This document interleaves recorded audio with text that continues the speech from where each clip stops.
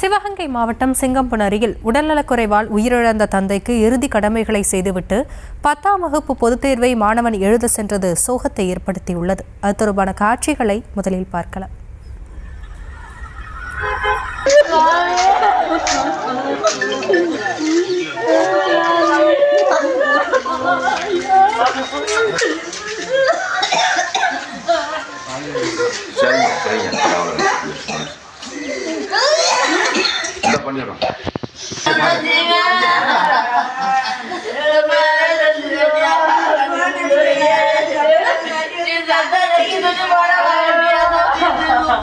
இது குறித்த விவரங்களோடு இணைகிறார் நம்முடைய செய்தியாளர் அப்துல் சலாம். அப்துல், விவரங்களை வழங்கலாம். நிச்சயமாக ஹஸ்னி. சிவகங்கை மாவட்டம் சிங்கம்நரி வேட்டையன்பட்டியைச் சேர்ந்தவர் சரவணன். இவருக்கு இரண்டு மகள்கள், ஒரு மகன் உள்ளார். மகன் இளமாறன் சிங்கம்நரி அரசு மேல்நிலைப் பள்ளியில் 10ஆம் வகுப்பு பயின்று வருகிறார். சரவணன் தனியார் உணவு விடுதியில் புரோட்டா மாஸ்டராக வேலை செய்து வருகிறார்.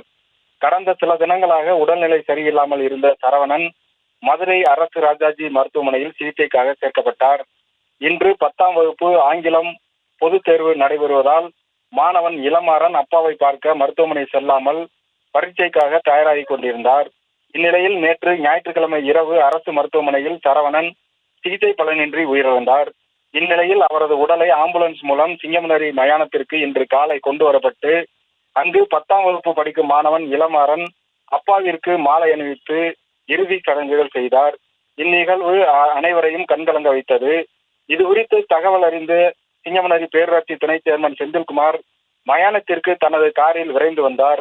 ஆங்கில தேர்விற்கு காலதாமதம் ஆகும் என கருதி பள்ளி மாணவன் இளமாறன் அப்பாவிற்கு இறுதி சடங்கு செய்தவுடன் பள்ளி தேர்வு எழுத துணை சேர்மனின் காரில் அழைத்து வந்து பள்ளி வளாகத்தில் குறித்த நேரத்தில் தேர்வு எழுத கொண்டு வந்து இறக்கிவிட்டது குறிப்பிடத்தக்கதாகும். காட்சி.